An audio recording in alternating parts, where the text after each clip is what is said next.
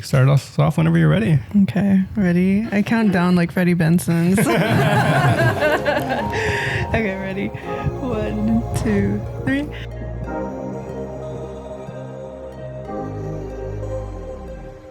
Hello, everybody, and welcome back to another episode of Hand Me Down Podcast. We're your hosts. My name's Natalia. And I'm Alan. And thank you yet again for joining us for another amazing episode. And as you may notice, it's even more amazing because we got a few friends in between us right now. Hell yeah. Hello. So everybody, please welcome the wonderful group CHROMA. Yo. Thank you. Yeah, as So Natalia was saying, today we welcome not only 1 or 2, but 3 guests to the podcast. They are a Chicano hip-hop collective from Dallas, Texas. They have been compared to rap groups like Brockhampton. They released their first mixtape in 2019 called The Year of the Puma and followed it with their second project, Primavera, in 2020 in collaboration with another Chicano musician called AWOL. And in 2023, they released their anticipated third project called The Age of Starlight. Separately, they are known as Khalid, Blue, and Polo, but together they are CHROMA. Oh, yeah. Blue got the message. What's up? Yeah, this side of the room sticks together. Oh, okay. Oh, so you hate us? Just kidding. Yeah, but it's good. You guys are from Dallas. You guys made all the trip all the way down to LA, and we were talking a little bit that they kind of go to like different cities and get inspired and kind of just like little retreats to lock in and create music. So that's pretty cool. Yeah, 100%. Yeah, it was like 2021. We did a retreat. Well, for the last project, we'll go chronologically. We did a retreat in a place called Nevada, Texas, and it's basically it's near Dallas already, where we're from. But it's like an hour and a half out, so it's like much more rural. Yeah. There's like a ranch house out there. They had horses in the back. Like it was just very scenic and very like no city vibe at all. And we spent like a whole week out there with like a bunch of friends, artists, producers, and we ended up finding like the core of the project there, like what we really wanted to talk about. And yeah, that's what formed the Age of Starlight. And I remember being outside and there's no city lights and less light pollution, so you can like really see the stars. And that just like really grounded me, like, wow, we're really in the Age of Starlight right now. And yeah, so that was the last one we did, and now we're here in LA doing it again. Yeah. Beautiful. We're a part of the process. Hopefully, we gotta say something inspirational. Shit, no pressure. No pressure at all. But I mean, with that being said, I think let's introduce our friends, or have you guys introduced yourselves too? Anything that you want to say? But we'll start with my friend right here. Hey everyone, my name's Khalid Abdul. I'm an artist in CHROMA. Love doing what I do. I'm super grateful for these guys and being in this group because it allows me to like express myself and like search for a better life. And yeah. Wow. Awesome. Beautiful. I'm inspired. Wow. My name is Polo. I go by Polito, and also have loved the journey. We've been doing it since 2019 when we released that first project, a little bit before, but as CHROMA since 2019. So it's about to be, we're coming on 5 years of artistry. So yeah, I'm looking forward to what's next. Always. Nice. And my name is Blue Santana. Again, I'm super grateful to be in this group doing what we do. I don't know what I'd be doing if I wasn't doing music, and I'm glad I didn't find out. So I love being here and doing what we do. 3 minutes in and I'm so inspired. That's a great line, actually. Wow, that's beautiful. Yeah, it's like fellow artists. I'm like, oh. That's nice. That's good. That's good. I love talking to artists on the pod. But I guess we should go into a little bit of lore of like, why are we here right now? Why do we have CHROMA? Because they're great musicians, but because... But I mean, I guess if you guys have been following the podcast for a while, you guys know that we do shout out Latino artists at the end of each episode. And so Alan found CHROMA and decided to give them a shout out. And thanks, for TikTok. Each shout out that we do, we make a little TikTok for it. And that one kind of blew up. I think it blew up on our Instagram and on our TikTok, I believe. Yeah, it was a good clip all through and through. Yeah, and rightfully so, because I mean, all the song, I was editing that clip. I was like, dang. That was great. Beautiful. Yeah. So that's why we're here, because I mean, like that. I feel like it was like a it really helped us too, like in our projects as well. A lot of people came from that too. So like, shout out to your guys' fan base is awesome. Awesome. Like the comments that they were leaving. Yeah. How was that for you guys? Like we kind of told our side of it. We're like, these guys are dope. Let's give them a shout out. And then it kind of blew up. But yeah, what was that like for you guys seeing that also blow up? It was crazy. Yeah. Like, I was the one that found y'all on TikTok. I was scrolling and I commented. And I was like, oh, because I think y'all were shouting out people, and I was like, oh, I want y'all to check out our music. And then it was kind of crazy because I think I got the notification and I was like, oh wow, this is like blowing up. I was like, this is so crazy. Well, actually, I do remember that because we filmed these episodes maybe a week or two in advance, or maybe just like a week before. So literally we had just finished filming the episode where we gave you guys a shout out. And I think we saw your comment like, hey, we're CHROMA. We would love to be shouted out. Like, I had literally just given you guys a shout out. And then like it would be coming out the next week. So I was like, dude, destiny, fate. Yeah. I forgot that happened. No, it was really crazy to see also all the support that like all our supporters were commenting on and everything. And we definitely have like those diehard fans that always support everything we do, and just they were just spamming the comments and the algorithm. So that's crucial. So shout out to them. Yeah, for real. No, they hella showed up. I was like, oh, period. Like, damn. But yeah, so we're happy that you guys are here now. So super exciting. So we should get into the episode. Yeah, get into the episode. Usually we kind of have a different structure, but we want to give you guys the most amount of time. But we always kind of like to do like a little catch up, kind of like a little icebreaker. Like this how we doing? Like let's chit chat about something silly before we get into like deep stuff. Well, one of the things that I brought, and if you guys had anything in mind too, you go ahead and shout out. But have you guys seen that? What the Kellogg's president said? Have you heard about the boycott that's going on? I know I said silly, and this is like political. Politics. But have you guys seen that? Is it just my circles? Is it just me on TikTok? You should eat cereal for breakfast. Yeah, he's like, I know you guys are poor. For dinner, eat cereal for dinner. That's cheap. And people were like hella freaked out. And they're all like, what the fuck? So I think what do you guys think of that? Are better. Oats? Yeah. Like I really like the one Ice Spice quote where she said, I'm thick because I be eating oats. I'm like, that's so real. It's true. Oats are like relatively cheap too. They're nourishing. You can eat oats in so many ways. And I just love that Ice Spice is shouting out oats like that. Kellogg's is just trying to make more money for Kellogg's. Yeah. Ice Spice is trying to get your girl thick. Ice Spice cares about your health. So I need to tag her just now. Shout out oats.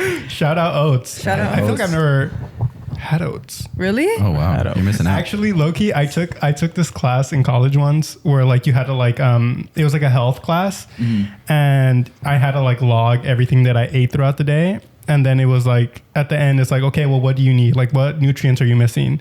It was low-key oats or like shit like I be found in oats. I'll be overlooking them oats.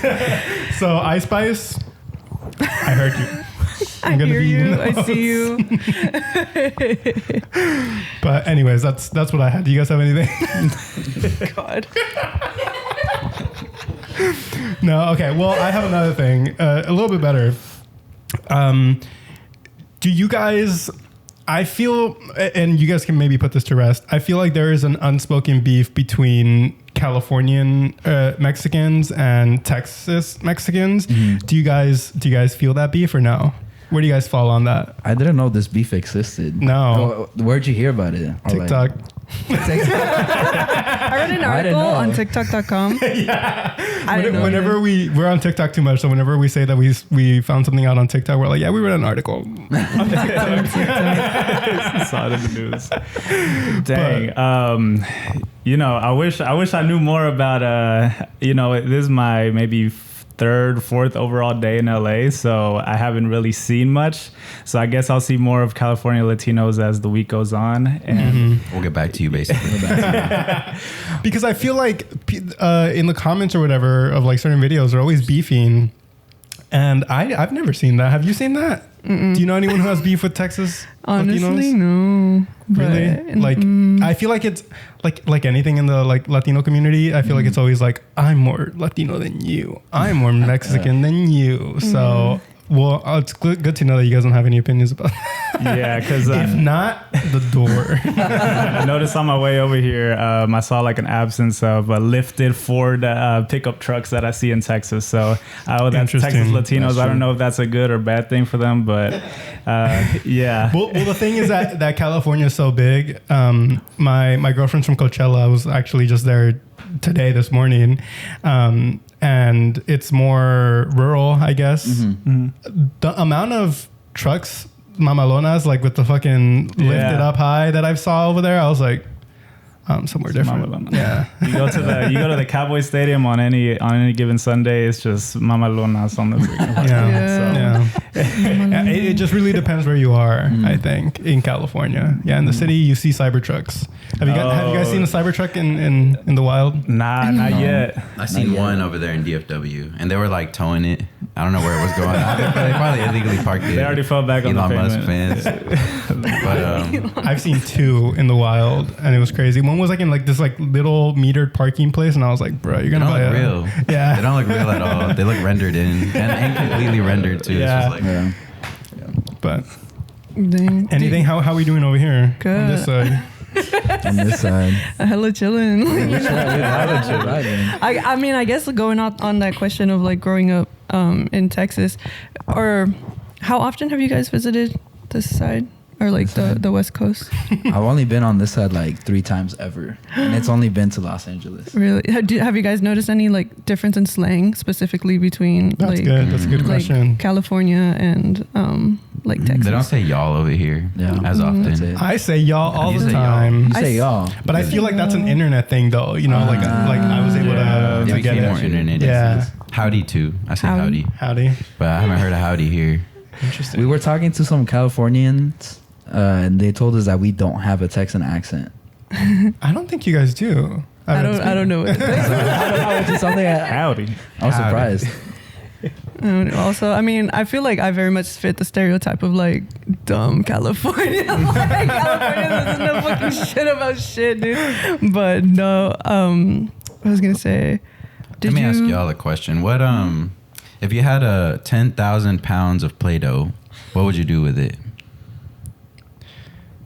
I'm thinking of a California answer. Okay. I get so Think dizzy of around the two sound of answers. Play-Doh. One California answer, one Texas answer. You get dizzy from I Play-Doh? get dizzy from Play-Doh, so I'd probably throw up. Low-key. Interesting. The smell? The smell. I don't like the 10,000 smell. pounds of Play-Doh. I whenever I do play with Play-Doh, I hate mixing it, so I just wouldn't mix it. That'd be my answer. Just Let it sit. Just let Save it it for a sit. rainy day. What is it? Hella boring ass answers. I'd throw up. You wouldn't touch it. We call it a night. What's the Texas answer? What would a Texan do with 10,000 pounds of The bit Play-Doh? of mamalona. Ride it.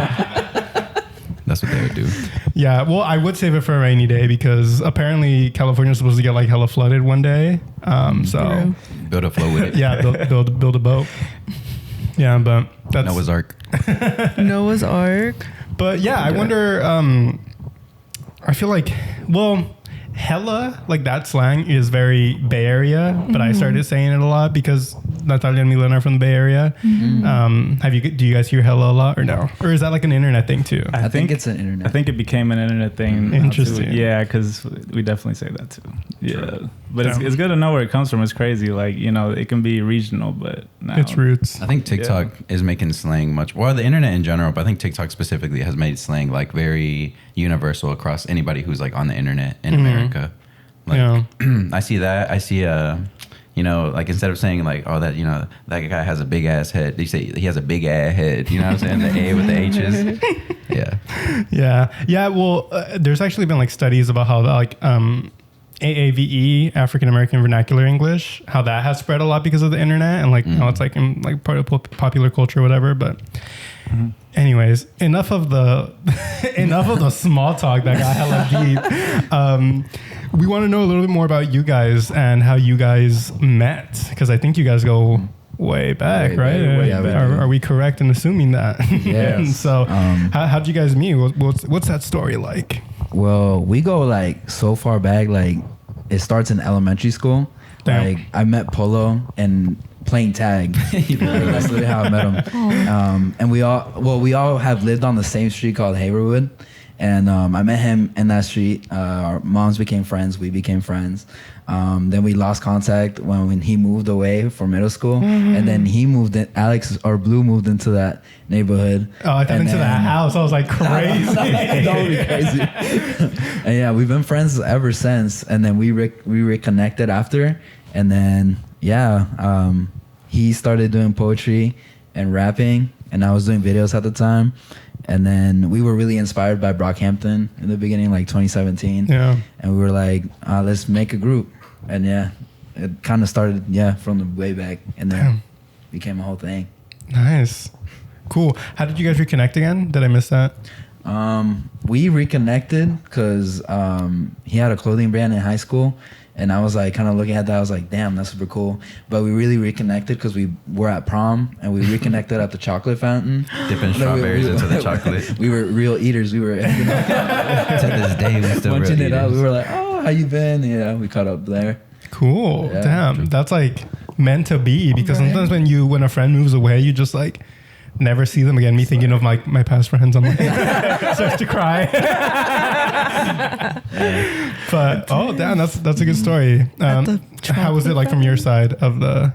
From my side, honestly, I mean, I've known Khalid since it was like 2009. So like almost all my life, basically all my grown life. And it was crazy how we started off before music or the arts ever came into our lives. And like just growing up, our paths kind of converged where, like he mentioned, I started doing poetry. I was just really inspired by writing kind of what I was feeling into metaphors, very poetic type thing. And then as soon as like I started listening to hip hop, maybe, I don't know, like 12, 13, I was like, I could make this into a song. And from then on, he was doing he was very good at videography, and he would help me out with my music side of it. So from then on, like we just started making music. And I was like, how about we start a group? And then Khalid brought me and Polo together, and then us three just started on this path. Damn, that's lit. We made a song called Quicksand, and we released it a month later. And I remember early on too, Khalid was doing a lot of film, like video stuff, YouTube videos, and he had asked me to be in a YouTube video, and that was one of our first times doing something creative again together, or at all. And I remember, what was the plot of it? It was funny. It was like a Pedro Muppet, and it was like Get Out parody, but it was a Mexican Muppet. I would do like trailer parodies of like different movies, and I chose Get Out, and then I wanted him to play one of the characters. I forgot who you played. I was the dad. Oh, the dad. The dad with the teacup and when he's drinking the coffee, he's like being mad ominous. Damn, nice. It's so interesting to hear when people kind of like, especially that have been working or who start working creatively together, that they've been together for a long time. Has there ever been like, I know sometimes it's hard to, sometimes the lines could get blurred between like friends, but also like working, like you guys are also like coworkers. Yeah, coworkers. Yeah, exactly. How have you guys dealt with that? I think overall, since we kind of started from zero in the grand scheme of things when it came to our abilities in music and all that, I think there's a certain respect and admiration that we hold for each other when it comes to creative decisions. So we all have that equal respect. I don't think there's one leader who stands above the rest, like one voice that's the priority. So I think it's always been just having that mutual respect where we don't let creative decisions get personal. Mm-hmm. Beautiful answer. Mm-hmm. Beautiful answer. Anyone else? Anything? Anyone else have something else to say? Yeah, but sometimes Blue just really nails it on the dot. You don't really got much else to say. He's a poet. He's a poet of the group. Exactly. I think we started as like amateurs, and then it's kind of like a hobby at first. Yeah. And then we turned into coworkers the moment we like all collectively decided to be like, oh, we're really gonna go for this. So I think that blurred line was like, we became like more like coworkers when we all decided to really go for it. Like there was a whole conversation about like, we really want to do this. Yeah. Cool. Yeah. Nice. So that helped out. Another question that we have for you is, where did the name CHROMA come from? So when we first started, our name was Flamingo, and apparently there's a bird also named Flamingo. So it wasn't the best for like searching, Google optimization type stuff. And so I was doing that clothing line, but I was getting more involved with the music, and I loved the music a lot, and I really wanted to go forward with it. And I had come up with the name CHROMA for the clothing line, but it was where it came from is and then we ended up using it for the group. But where it came from is it's the Greek root word for color, so chroma. And I felt like the music we were making, and we felt like the music we were making was very colorful, very lively, which also matches up with like the Mexican culture. It's like very colorful, and in terms of like dress, in terms of like food, in terms of attitude, in terms of spice, in terms of everything. Yeah. And so the name CHROMA kind of came from that fusion of like Mexican culture with the addition of like the art that we express is never also just one color. Yeah. Like we don't just make hype songs or like sad songs or like up tempo songs or anything like that. So the name CHROMA kind of came from, we represent like the whole spectrum of not only human identity, but also like the Mexican culture itself. And so we just felt like that really locked in. And also it has like a very iconic feel to it, CHROMA. So never heard anything like that. I was like, unforgettable. I remember it. Anything? Well, I don't have the agenda. Yeah, I know, sorry. I'm like trying to send them to you subliminally. I'm like, well, I guess I was also just curious to know, like, what does a creative process look like for you guys when it comes to like starting a new project, whether it be like a single or like an album? Like, what's that seed, and how do you guys water it to growth? I think at first it's a lot of just throwing things at the wall and seeing what sticks. I feel like as messy as that sounds, I feel like at first we get together and we just try things out, and then something will start working, and like we'll go a certain direction.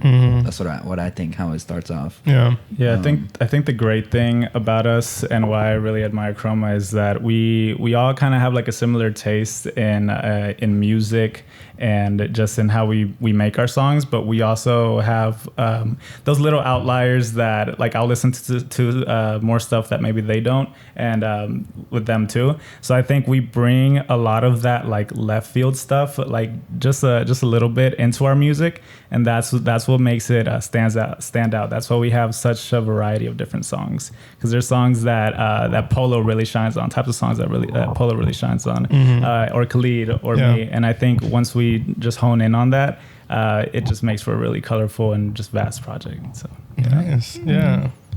I definitely see that in your guys' work. So many different sounds and just like so many of that coming together. So I also wanted to know like because I know that speaking for myself, I'm a filmmaker. That's the type of artist that I am. And just like growing up, I would listen to a lot of music, and that's what inspired my films. So I want to know, growing up, what was your guys' inspiration, and how did that like kind of like guide your path to becoming musicians? Yeah. Growing up, for me, my dad did a really good job of showing me a lot of music that he always listened to. Things like the Beatles come to mind, a lot of that. And I feel like I kind of, once I actually started listening to my own music, like on my own, I was listening to a lot of alternative rock, things like Phoenix, Two Door Cinema Club, things like that. That's really what I grew up on. But I still remember the day I hit play on Lost by Frank Ocean, and that just I think like if I had never heard that song, like I don't know if I would have been a musician, because it's actually crazy. Because I remember seeing like there was so much hype about him like releasing Blonde, because there was still so much of a wait for it. Yeah. And so I was like who's Frank Ocean? I was like 14 or 13 at the time. And then I was like, okay, bet. And then that just started my whole taste. I was a late Frank Ocean bloomer. I didn't find out about him until later in life. Yeah.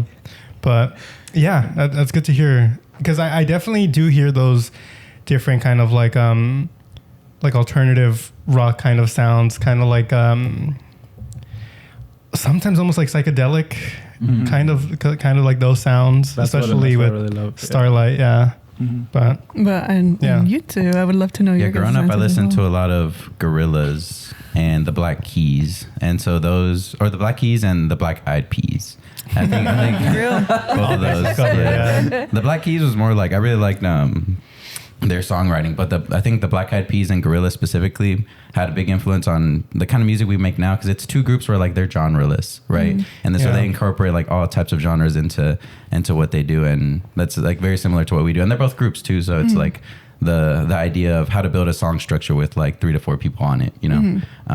The different roles that people play and the different flavors that people and textures that people can bring, and kind of like creating a picture out of it, not just on your own, you know, but with your group. So I think if I didn't grow up listening to a lot of Gorillaz and Black Eyed Peas, I don't think I would have been down to like join a music group, because I just want to have had like that framework, if that makes sense.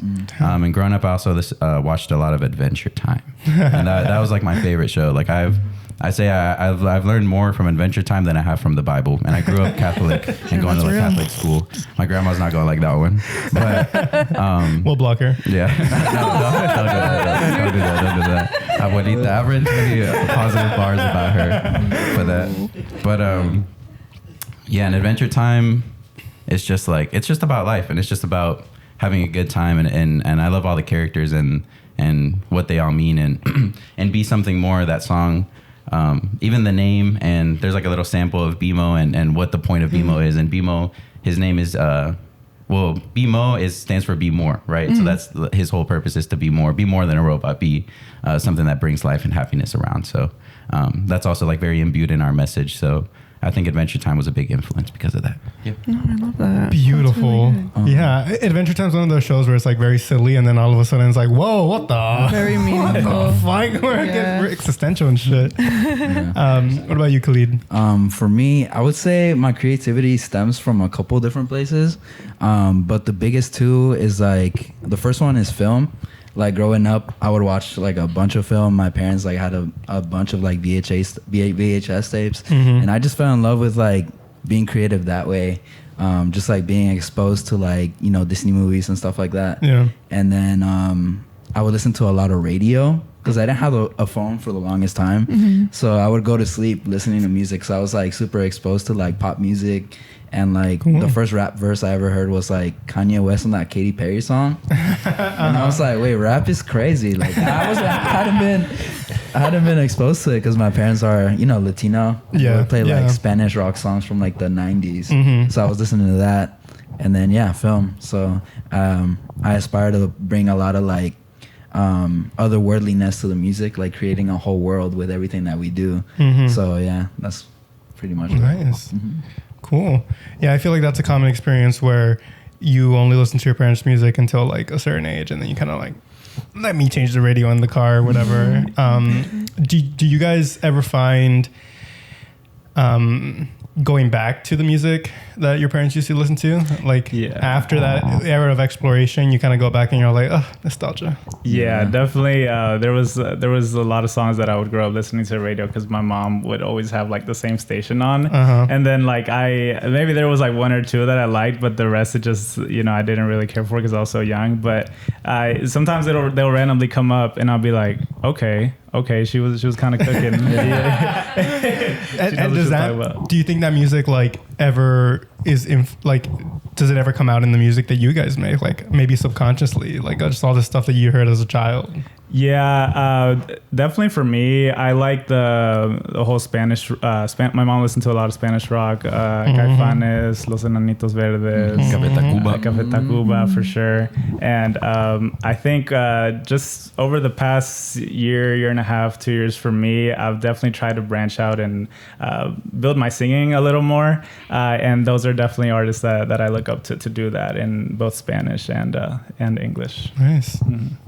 What about you, Polo? It looked like you were going to say something. I was going to say something. I was going to say Café Tacuba as well, because they like them and Natalia Lafourcade, like my mom grew up listening to, or my mom didn't grow up. I grew up listening to a lot while my mom was raising me, and she would play all those, and then again, like you kind of break off, you're like, I don't want to listen to that, but when you come back, it's like as an adult especially, you appreciate the poetry of the lyrics a lot more. And especially Mexican artists tend to use a lot of like natural themes and like comparing themselves to like the solitude of the ocean or like things like that. And so I feel like now, especially, I mean, you can see it in like songs like Ultraviolet, like we use a lot of nature themes in our music, and I love that as well. And I think that's where that comes from, I would say, because I don't really see that in like American music or any other genre that I listen to. But when I think about who's writing about those themes, I think about that kind of music that my parents listened to, like the 90s rock, like Alex was saying. Yes, It's always funny to get like my mom's perspective on me as a musician, because I'll see her sometimes like watching like Luis Miguel like live concerts like on her iPad, and then she like shows me like this like crazy song with like this amazing singing. He's like, you need to make a song like this, and I'm like, one day I'll do that. I'll get to that. I'm a Luis Miguel head. Yeah, my mom would love Luis Miguel, so like literally driving places, I'm like hella bumping his shit. Bumping his shit. But anyways, kind of going off of that, what I know that like hip hop has a lot of let me start this question again. What is it like being Latinos breaking into the rap or hip hop industry? How do you pay homage and respect to its origins in Black culture, but still making it your own and innovating on this genre? I know you guys kind of like mentioned a lot of it already, but yeah, the floor is yours. I think growing up, at least personally for me, like how my favorite artists and influences that kind of led me onto the path of making the music that I like to make. With all that being said, I like to definitely make sure that everything that we do in this genre is made with love and respect for the genre. I think an idea that I always have in my head is, in the most unselfish way, I want to kind of try and leave it better than we found it, because as artists, we're kind of advocating for the genre. Yeah. We're broadcasting our message into this genre that's been around long before us and that'll be around long after us. And I think if we can even be just a small little voice in it and make a difference into what's happening, throughout our message, I think that's going to be what's important to us. Yeah. That was so beautiful. Beautiful, yeah. Wow. Yeah. How do you navigate kind of the different cultures that make up your guys' identity through your music? Because, even I feel like there's so many things that go into your guys' identity, that go into anybody's identity. No one's just one thing. So what parts of your identity do you guys put into your music? I think we put almost everything. I think we're pretty vulnerable, and I think that's the core of it all. Yeah.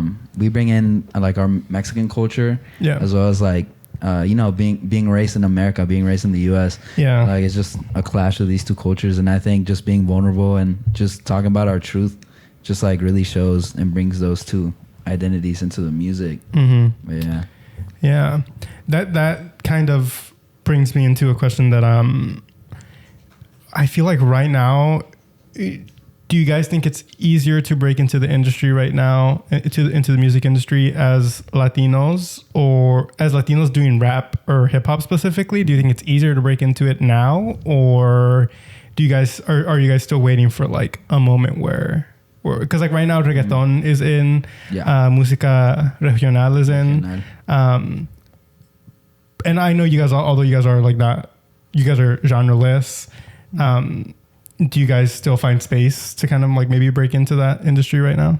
Yeah, I think that's something that I do think about sometimes. And like when I get in my own head, I'm like, we make a lot of variety of music. We'll make songs like Volare, which is gonna be like a house song. We'll make songs like Ultraviolet, that are like maybe 2 songs down, that's gonna be a very rap inspired song. So I'm like, does that work against us? But then whenever we're playing it at the shows and I see everyone jumping, I see everyone loving what we do, I think that's the beauty in it. And if I want to have a little bit of an ego, I want to say that we want to be the first to do what we're doing. And I think with our ability, we can. So I think I don't know if we're waiting for the moment. I think we're trying to make the moment. Is my idea. Poetic as always. Thank you. Do any of you guys have any other thoughts? I think it might be the easiest it's ever been. And it's not easy. Even though I think people like, Bad Bunny going global and like reggaeton being global and Mexican regional music going global. It's definitely like paving a path that's for us. That's, you know, we're here to seize that moment. Yeah. I would say it's the easiest it's ever been, but it's not easy at all. Yeah, but it's still not easy. Yeah. Great answer. I was asking because I forgot who, I don't remember who it was, but it was kind of one of those artists who, it might have been Mana. No, I don't think so. But like one of those artists that was very popular in like the 90s, early 2000s, and kind of like that Spanish pop, Latino pop scene. And they were kind of saying like, it's good that like reggaeton and all these artists are like getting a lot of hits right now, but there isn't as big of a variety as there was like in the 90s and 2000s for Latino pop. And I was like, interesting. But I do agree that like these artists are putting Latinos everywhere, like on the map. And I just find it so interesting that like grupos like Fuerza Regida or Grupo Frontera, they're from the US and they're hella fucking charting in Mexico. So that could be you guys. That's the goal. You know, that's the dream right there. Shout out to them. Yeah, so they're doing a lot. And I agree that they're opening doors, but just a little bit. It's still hard. And also, like, speaking on like challenges and stuff, like creative challenges, I want to know from you guys, what are some of the learning curves? Because in the creative process, there's a logistical part and then there's a creative part. What are some learning curves that you guys have faced logistically and creatively? Like they could be different learning curves. I think personally, since, and this just goes back to how much of like amateurs I want to say that we were when we started. Something that like I've seen on my personal goal is when it comes to the actual like engineering of the music, like the mixing and mastering. I think that was something I struggled with from the beginning because you know, we can get better on our flows, get better on our rhymes and all of that, but in a way it still kind of has to sound good. It kind of has to sound presentable in terms of actual sound quality. Yeah. So I remember early on, I was like, dang, like, do I want to learn all that? Because we would outsource it, and some of the stuff we would get back, I'm just like, I don't know. And we didn't have the kind of budget to actually make it like professional quality. Yeah. So I think it's something that music has taught me is just like how much effort like something will actually require. Yeah. And just mixing and mastering the songs, something that I try to do a lot of now is just something that I've been working on. So yeah. Yeah, when you guys would outsource it, did you guys have to pay for that, or was it just kind of like, yeah. I would say some of the learning curves that I faced a lot, or I like was thinking of as we were becoming a group, is learning how to be a group. I think a lot of it like had to be from not the like practitioner, but more the creative hurdles we had to go through. Is like you know, like learning to let go of your ego and like, while making a song with other people. And like being like, you know, you have to make room for these other opinions or these other people might not like what you do or on a certain track, but and learn how to not take it personal. Yeah, how to communicate it in a way where you're not hurting someone's feelings if you don't like something. So you know, that's something that we had to learn as well. Nice. Yeah, I think the reason why, in my eyes, why we kind of are good at what we do is so there's the three of us, and then we have a fourth member. His name is Andres. He does all of the artwork for our covers, all of our promotional material, all of that. That's him. Really on the good too, because I was like looking through you guys' stuff, and I'm like, who has a graphics design degree? Because this shit's good. Yeah, no, that's all him. So shout out to Andres. So I think going back to that, we all kind of, besides the music, besides getting on the microphone, us three, we kind of like delegate. We kind of have our own delegations of roles into what we do. So I'll be mixing and mastering the music. Khalid is very good at the TikTok and social media promotion of it. I think that's also something that's very important, because you can make the best in this day and age, you can make the best music ever, but if you don't know how to put it out there, you don't know how to market it, it's kind of tough to be heard. And then Polo is amazing at the merchandise, at putting together live show ideas, and just the overall administration of the group, getting us together for meetings and things like that. I think it's important to stay organized, and I think that's why we are successful so far. Damn, you guys have it locked down. Everybody's role. Nice. This kind of like goes into. Well, I don't know, Paula. Do you have anything? No, that's perfect. Thank you for asking. I appreciate it. You're very considerate. You're welcome. What was it like? Did you guys? I found you guys on TikTok.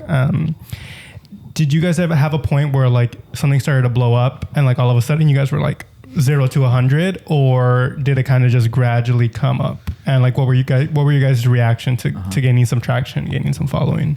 I feel like there's been a couple waves. There's a couple waves. Like you'll make TikToks and then it's a slow growth, super slow growth.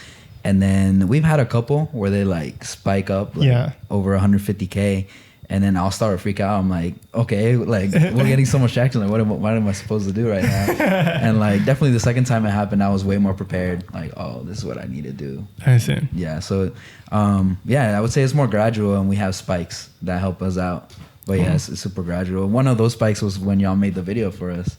So I appreciate y'all so much. Yeah. Trying to do whatever we can. Yeah. How about you guys? What were you guys feeling? I know sometimes we've had stuff kind of blow up sometimes, and sometimes it gets overwhelming. We're like, fuck, dude.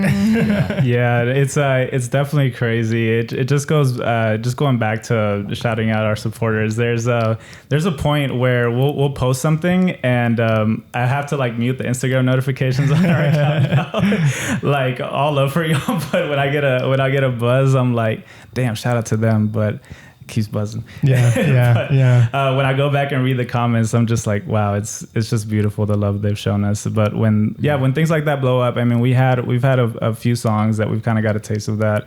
I mean, first off being our song What You Say with AWOL. Shout out to AWOL. He's here behind the scenes today. I think that was one of the first tastes of that we've gotten when we made our album Primavera, and ever since then I didn't have an idea of what a song blowing up looked like. Like I didn't know, does it ever just go back to zero? But the way our people support us, it never will. So that's kind of what I was feeling. If you have, what's that thing? If you have 100 fans, like I'm part of that. If you have no fans, I'm dead. Literally. One last question. Do you have one or no? Before we move on to the panels. What was I going to say? Have you guys gotten hate, and how have you guys dealt with that hate? Or like kind of, I know we've dealt with our hair. It used to be beefing in the comments. Fair share of hate comments, but I think that's a different topic. But like TikTok, it like there's so much hate on there. Yeah, like people like just like hide behind anonymous accounts, and just like I bet they just like leave hate on different TikToks all day. We also don't present like the traditional or like the stereotypical Chicano rappers, but we call ourselves Chicano, and that is our identity, and that we are presenting like an alternative side to it. But a lot of people come on to comments and they're like, "These guys aren't Chicano. This is not what Chicano rap sounds like." But it's like, I mean, maybe not of what the motive, what it is in your head, right? But we're kind of like paving a new path, like Blue was saying earlier. So I definitely see a lot of those comments. Yeah. And they'll get super upset at like, they'll just start calling us like no sabo kids. Pochos. It goes back to what we were saying. Like, I feel like in the Latino community, it's always like, I'm more Latino than you. No, I'm more. No, I'm more. And I feel like that's like 90% of the comments that Latino creators get is like the discourse. Yeah. I'm just like, there's real issues to talk about. Can we talk about the economic state of the world right now? That's gonna be my reply to all of them now. In with the Jaden. I feel like in TikTok, people just love to be miserable. I'm like, why? Why are you like? That's where we get the most hate is TikTok. But I'm just like, don't be miserable, guys. It's not that hard. Like, oh my god, damn. I don't think I've ever left a hate comment.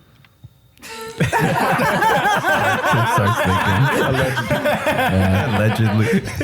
He's a good citizen. He's a great citizen. That's so funny. But moving on with the interview, me and Natalia are filmmakers by trade. I don't know how to finish that sentence.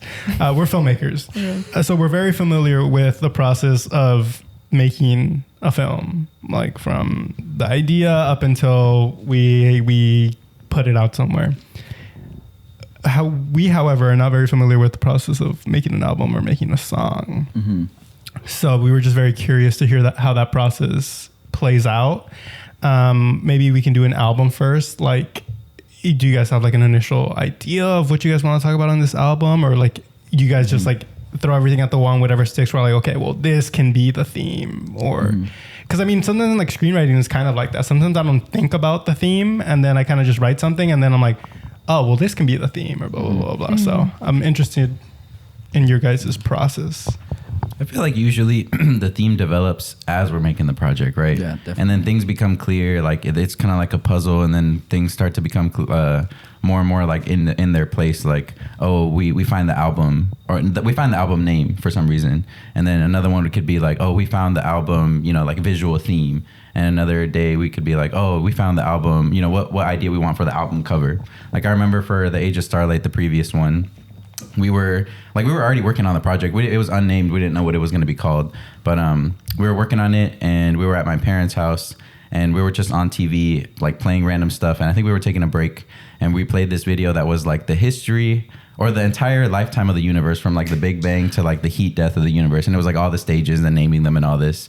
And there's a point where all the stars will die, right? And there's like no light anymore in the universe, and in very dramatic font with like the music dum, dum, dum, dum. On the documentary, it said the age of starlight is over, like all the light has faded. And we were like, wow, like I guess we just didn't think about something about that just struck us so hard. Like we didn't think about the temporariness of everything, and how everything, like from the light here to the energy that's like in your body running you around to the heat energy and like a microwave, like all that energy started from the starlight. And so we kind of have everything to owe to those stars. And I think whenever we saw that, we were like, wow, that just like really struck us. We had a conversation, and we were like, okay, that's the name of the album, The Age of Starlight, and that's kind of also like the theme. And then from there, once we have that, we definitely work better, because we just have a more like real idea of like how to bring it to life. The vibes. So yeah, exactly. And then I remember Primavera was kind of like a similar thing, like the whole rebirth idea kind of came through as we were working on it. Because we were working on that during the pandemic and during the George Floyd like protests, like the nationwide protests, and we were in different Airbnbs in Dallas, and so we were like very, very close to that, all that. Yeah. So it was like, it had a big impact on the theme of the album for sure. Cool. Yeah, I feel like your guys' everything is so cohesive, from the name to the album cover to the songs, like the sounds of all of them, and kind of the themes that you guys are able to touch. So shout out. It's not easy to do, Yeah, I definitely think of it as like Polo said, like a puzzle, because it can get overwhelming when we're thinking about the next project, and you always gotta start from a certain point. So we make that first song, and we make the next one. Before we have over like 50, 70 songs, like demos, and how do we piece this together? How do we make it the complete package for everyone that's going to be listening? And we, by some miracle, we've done it, and it just still fills us with that belief that we can do it again. We've done it before. Yeah. Shout out to y'all. That seems hard as hell. I could not ever.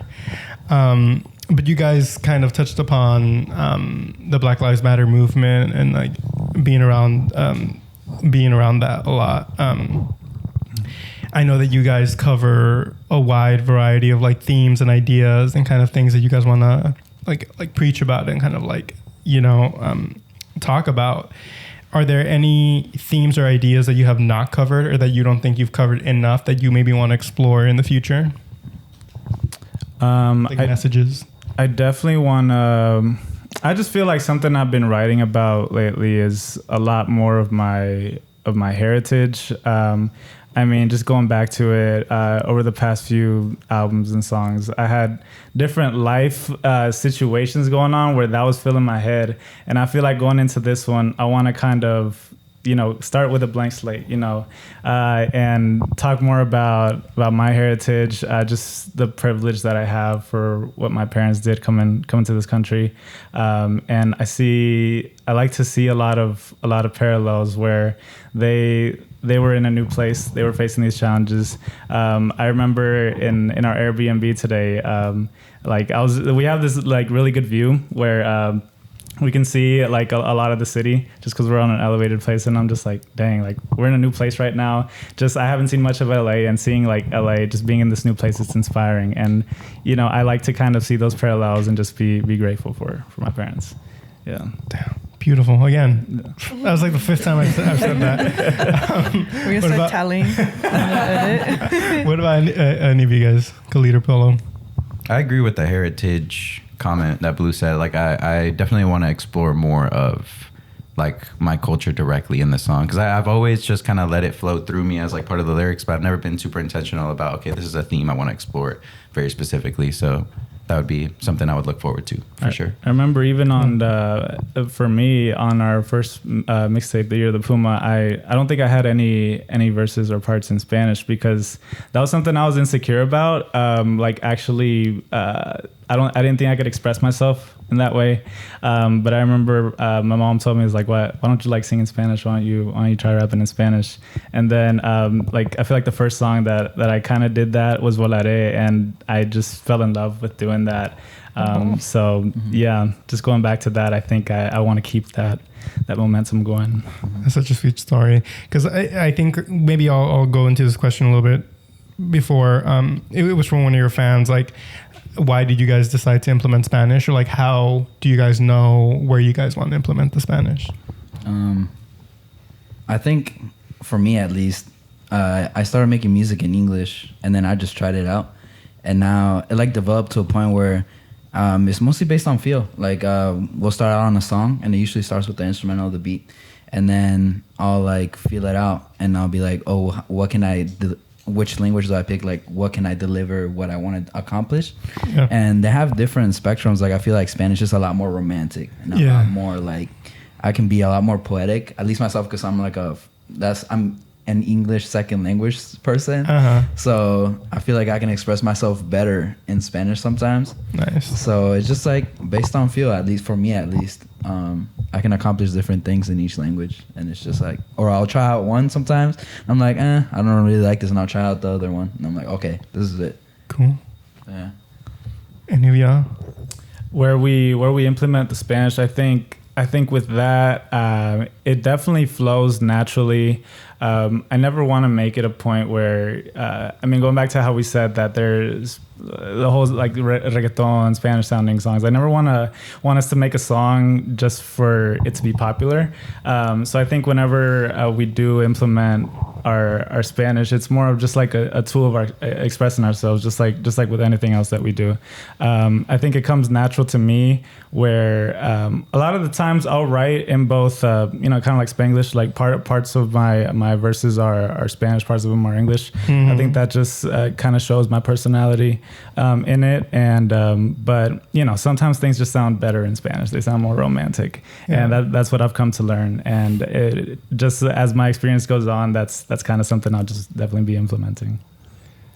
Nice. Yeah. And I think you guys do a good job at it. Sometimes it's a fine line to do incorporating English and Spanish, especially almost all the examples that I have are like on TV when they have this Latino character and they just say like random words in Spanish. Freddie Benson. No. And I'm just like, okay, well that doesn't feel natural. With you guys, what you guys do, it feels natural. And then Khalid, going back to you, I don't think you answered.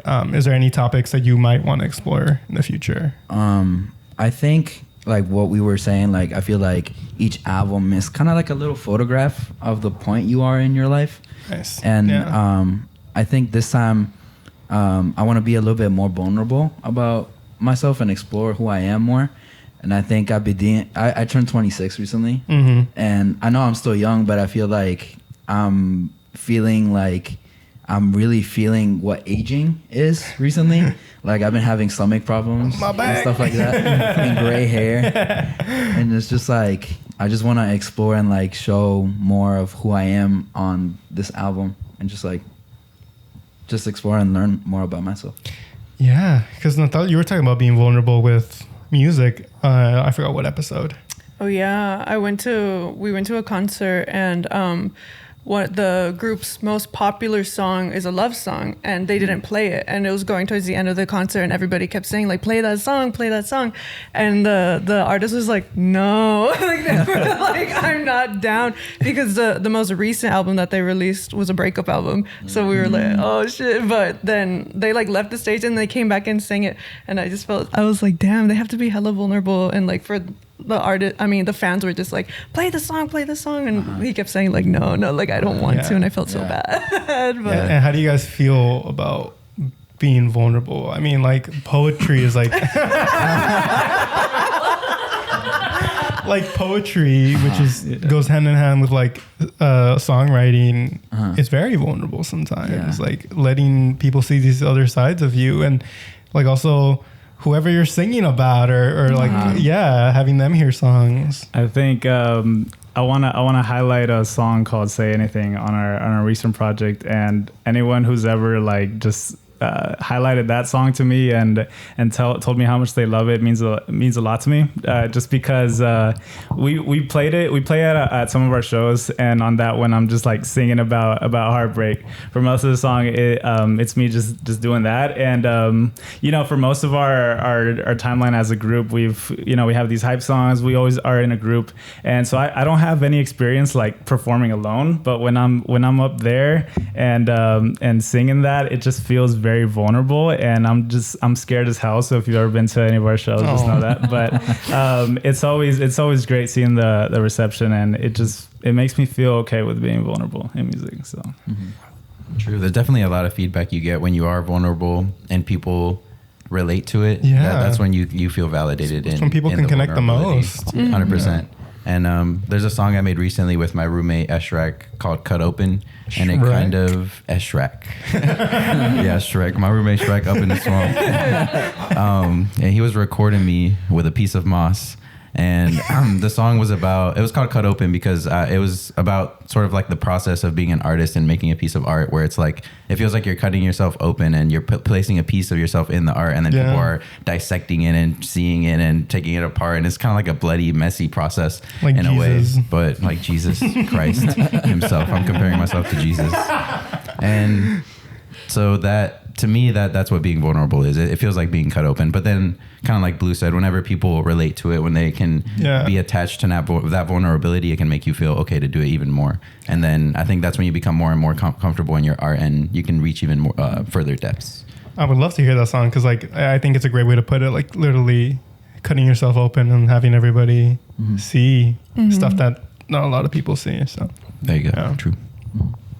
Lead anything, you kind of already touched upon it, but I don't know. I would say it's definitely crazy. Like sometimes I gotta think like, oh, my mom's gonna hear this. Like, do I want her to know this about me? Yeah, it's a hurdle. I don't know. I don't know what else to say. But it's nice to have these people supporting you and being there. And I think with anything, it just gets easier and easier. And you go more into a rhythm. Yeah. Speaking about Blue, you were speaking about performing. What is your guys' favorite song to perform? Ooh, our favorite song. I like Volare. I think that one is great. I think we were doing one of our shows in San Antonio last year, and I remember as soon as that first like just bass note hit, like everybody started cheering, and it was crazy to me because I think that was our first time in San Antonio in like a year, and I guess people really like that one. So I mean, it's a track that you can dance to, so that's why it's my favorite to do. Yeah. True. My favorite is definitely a song we have called La Capital, and because we usually do it at the end of the show, and it's that one where we tell them, open up the fucking pit, and then all the old ladies are like, oh my god, and they move to the side. You guys have old ladies at your show? Of course, we got people from like infancy to 99 years old. That's what's cool too about our crowds is there's a good mix of people. Cool. But that song is so fun to perform, because everybody gets in the mosh pit, and it's just like, I don't know. It's like respectful moshing and energy. And I'm in there and I'm like sweating and bumping against people, and I'm like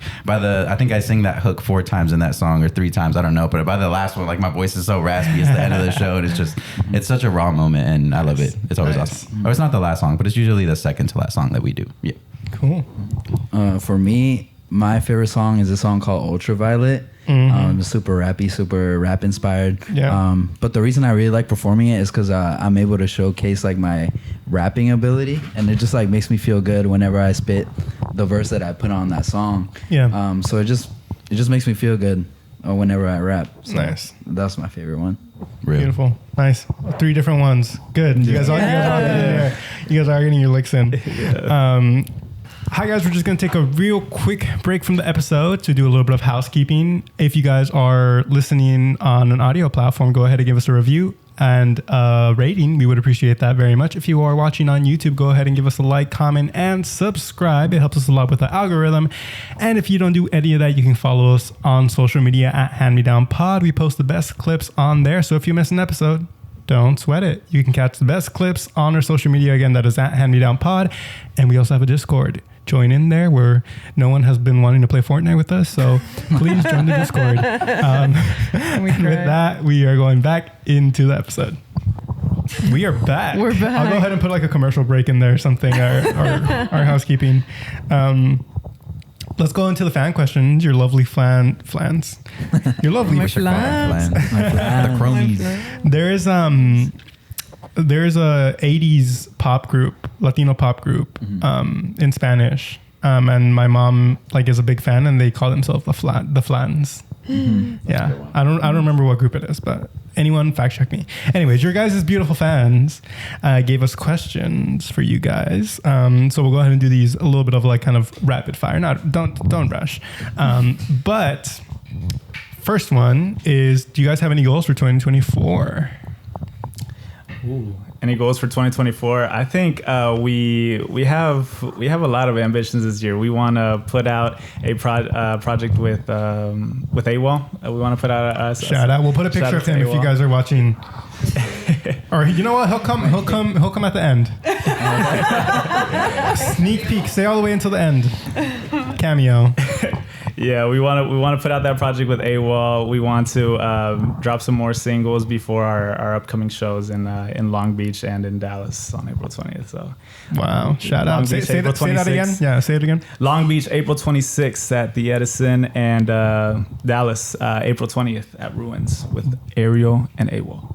Get your tickets now. You heard that. All right, cool. Yeah, so those are our upcoming goals, and yeah, anything I missed? Not really, no. Okay. Trying to get a couple music videos in. Yeah, we've been talking about those. Hell yeah. Do you guys have music videos yet? Yeah, a couple. Well, yeah, you use some for the clip. Yeah. Oh God, man, I forgot I was doing rapid fire questions. Next question. What festival would you love to perform at? Camp Flog. Nah. Damn. That would be great. I love that festival. Like a few years back, I would always watch it on my laptop. I got the chance to go last year in person. Nice. And I feel like our sound is very keen to like what that crowd likes, Tyler the Creator fans and stuff like that. So we would love to play that festival one day. Nice. You guys feel the same? Any other ones? Definitely Camp Flogna. I really want to play at ACL, Austin City Limits, just because I've been to that one a few times, and I just have good memories there. So I think it'd be dope to be on the stage and on a major festival in my home state. So yeah. Nice. Yeah, ACL is definitely a big one. Is that the biggest one in Texas? Probably. In Texas, yeah. Nice. Cool. Awesome. I'm kind of sad none of you guys did Coachella, but that's fine. Bruh. You guys are, yeah. I wouldn't mind a Coachella set, yeah. I feel like that'd be so light. I would not be. I'd be like, oh God. Yeah. I've seen the crowds. Dude, I can't imagine performing in front of that many people. Let's see, next one. Do you struggle with personal creativity and originality? I don't know what that means, but yeah, you guys struggle with like the creative aspect. You guys get like writer's block or definitely. I think we definitely get writer's block. It comes back to, we have this huge like ambitious project that we want to make, but how do we start from it? I don't know. It just comes to us, and I think it's just inspiring.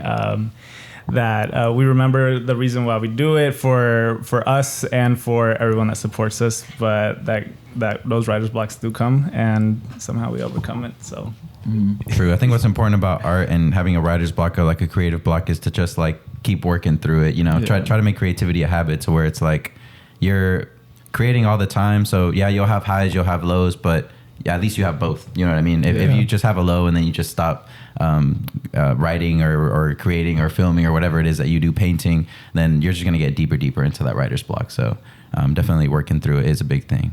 Yeah. I would like to submit a question as a fan that just came to mind. How do you guys stay motivated to keep on going? You know, it's not uncommon to see artists who really want to do stuff and are really talented, but they kind of maybe just like not fall off, but like they kind of just stop doing stuff. Mm-hmm. How do you guys keep each other accountable and like just keep on doing it? Because a lot of it is consistency. Mm-hmm. I think that's the biggest thing if anyone wants to make it in entertainment is like being consistent and like pushing through anything. Yeah, I think for me, I'm just like, if I get too much in my head, I'm just like, this is what I want to do. So there's no way out of this. If I was gonna be a pilot, I wouldn't just not practice flying a plane and then just all of a sudden start flying a plane. So if I'm gonna try and do what I do, it's got to be consistent. I got to put in the hours. Even I'm not gonna make the best song in the world every day, but maybe on the second day I will. So that's how I stay motivated. Yeah. That's a good one. I think. Something that motivates me is the artists that are around me. Like we tend to be around artists who like really do it for the art itself. Like a lot of people who do art, I've seen, just talking to people in the scene, they have like ulterior motives in a way. But there's people that like they really lock in, like they're doing this to make other people happy or to like produce something beautiful. And those kind of people being around them, it just like it makes me want to create more, and it makes me want to collaborate with them and everything. So being around the right people keeps you motivated. And yeah, I would say that's the biggest thing for me, at least. Nice. I think the search to create something that's fulfilling is a really big motivator. That and like he said, I feel like I'm really motivated by friends that are around me. Like they're actually super inspiring to me, like AWOL and my other friend, my boy Aaron, as well, and Ariel. I think we're super blessed to be in a circle of people that are super talented and super driven and trying to do the same thing as us, so they keep me motivated. Nice. Yeah, I think definitely surrounding yourself with other artists is like that's the key. A great way to do it. Back to the questions. Have any fans ever recognized you guys in public? Yeah, I was at there's this mall called North Park in Dallas, and it's probably the biggest mall in Dallas. And I went to a Chick-fil-A there, and I was getting my milkshake. And when was this? This was last year, 2023. We were on the Boy Pablo tour as part of AWOL's set, and we opened for him with AWOL. That was in 2021 in November, and so they recognized me there like 2 years later, and I looked very different. I had like blonde hair back then, and I had like a full beard, and I was just like, that was me. Okay. that's crazy. Yeah. I think that's something that always comes to mind. So if you were that person that recognized me, shout out. Any of you guys? Trying to think. I think the only encounters I've had is like when I'm at other people's concerts, and they come up and they're like, nice. That must feel good too. To receive that love from y'all, from your community, your own peeps. Mm-hmm. Yeah. Nothing, Polo. No, same thing. I feel like the place where we get mostly recognized is like local shows. Nice. And people are like, "Oh, are you that guy in CHROMA?" And it's like, "Oh yeah, I am." Because it's like if they're tapped into one local show, they probably like at least have heard us. Because we're making music. We've been making music in the local scene for like 5 years now. So we're pretty well known in that area. So that's where we get recognized the most, for sure. Nice. 2 more questions. Do you guys have what would be like your dream producer collab? If you guys could collab with any producer who's out making music right now. Ooh, I would probably want to work with Knowledge. I think we would sound amazing over Knowledge. Knowledge. No worries type thing. Nice. Yeah. In a similar vein, Alchemist. I've always loved Alchemist beats. And will.i.am. I'm trying to get on some will.i.am production for real. And Damon Albarn from Gorillaz. I've always loved his production. So you heard that Gorillaz, you heard that will.i.am. If you guys are listening, really, hit our boys up. The Gorillaz track is going to be crazy when that happens. For me, someone that always comes to mind is Tiny, which is like Bad Bunny's producer. Yeah. Him and there's this artist called Tori Moa. And I just absolutely love his production. Nice. It's like more electronic. Yeah. And yeah, I would absolutely love working with him. Nice. One day. Well, I wish you guys all have different people. So, and like, We'll get them on. yeah, get them all. Right, Like, if you guys get them all, that'd be amazing sounds for all of you guys. Last question. Do you guys have any advice for fellow aspiring artists who want to pursue this? I think a big important one is try and get a team around you. It doesn't have to be a big team. It just has to be a dedicated team. It has to be, people that are focused, people that have the same aspirations as you, people that aren't going to distract you. I think that's something that we've been blessed with to have, and I think that's why it's working the way it does. I think it's possible to do everything yourself, but at the end of the day, you don't want to spread yourself too thin, and yeah, that's what I think. Nice.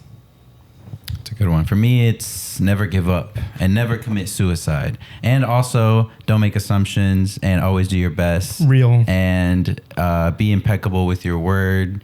And what's my last one? Don't take things personally. Damn. Yeah, those are my advices. He was ready.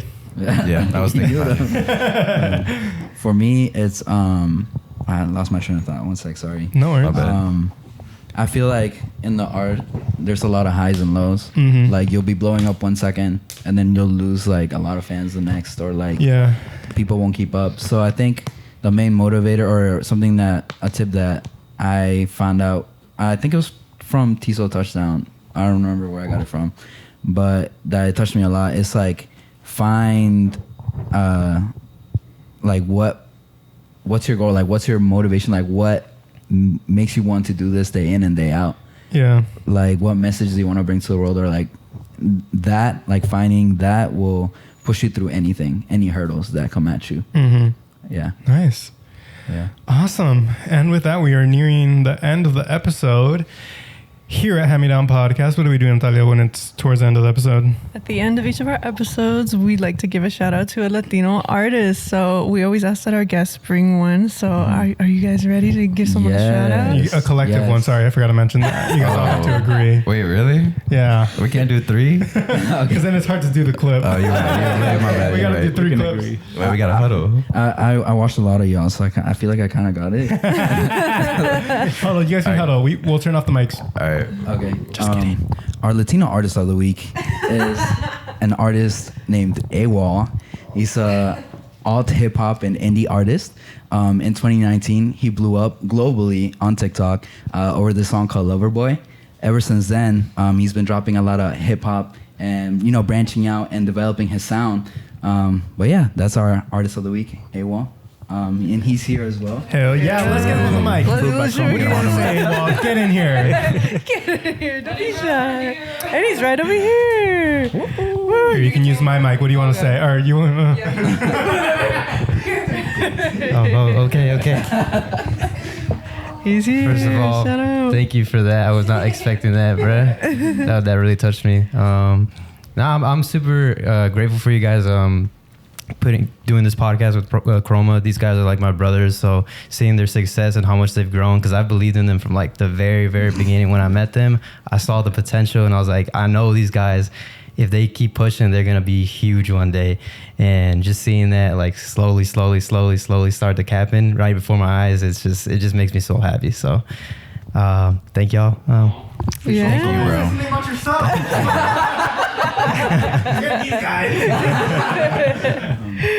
No, but with that being said, thank you guys so much for coming out today. From Texas, y'all. CHROMA, let's give it. Thank you. Shout out Hand Me Down Podcast. All right, and just some housekeeping, and I think we can. Yeah. Okay. Well, let's say bye. I guess that. Bye. Thank you. Actually, Thank you. We love let's you. do a good one. Okay. Where can they find you guys? Yes. You can find us everywhere with the username @thecolorchroma on all streaming platforms as CHROMA, all caps. Hell yeah. And with that, everybody, have a great week, and we will see you next week. Bye. Bye. The Hand Me Down podcast is produced and hosted by Natalia Delgado and Alan Gallardo. This episode was edited by Alan Gallardo, and the social media clips are edited by Natalia Delgado. And I'm the associate producer, Milena Ortega. We'll see you next week.